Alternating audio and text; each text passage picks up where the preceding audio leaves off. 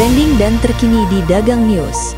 UEM Adjenta Berhad melalui anak syarikatnya Adjenta Greentech Sendirian Berhad memperoleh kontrak berbilang tahun bagi menyediakan perkhidmatan pengurusan kemudahan bersepadu atau IFM untuk keseluruhan rangkaian stesen minyak dan premis runcit Shell Malaysia Trading Sendirian Berhad di seluruh negara. Dalam kenyataan hari ini, 8 Disember 2025, UEM Adjenta berkata syarikat itu kini dilantik sebagai penyedia berpusat tunggal yang bertanggungjawab terhadap perancangan, penyelarasan dan pengurusan semua kerja penyelenggaraan, pembaikan serta projek modal di seluruh rangkaian Shell Malaysia. Skop kontrak ini melangkaui penyelenggaraan konvensional apabila ia memberi tumpuan kepada pengurusan kitaran hayat aset, pengoptimuman operasi dan kecemerlangan keselamatan.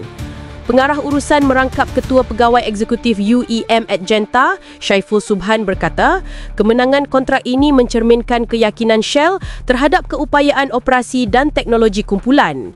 Beliau menambah, kontrak komprehensif bersama pemain tenaga global seperti Shell menunjukkan keupayaan UEM Adjenta menyampaikan penyelesaian pengurusan aset berskala besar yang dipacu teknologi.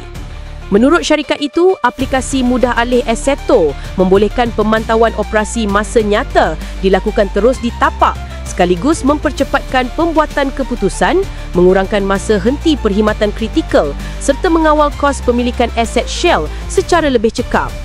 Ketua Penyelesaian Hartanah dan Kemudahan UEM Adjenta merangkap Puarah Urusan Adjenta Greentech IR Vekneshwaran T. Arasapan berkata, penyelarasan sistem Assetto dengan rangka kerja operasi kumpulan akan memberi kesan langsung kepada prestasi aset Shell.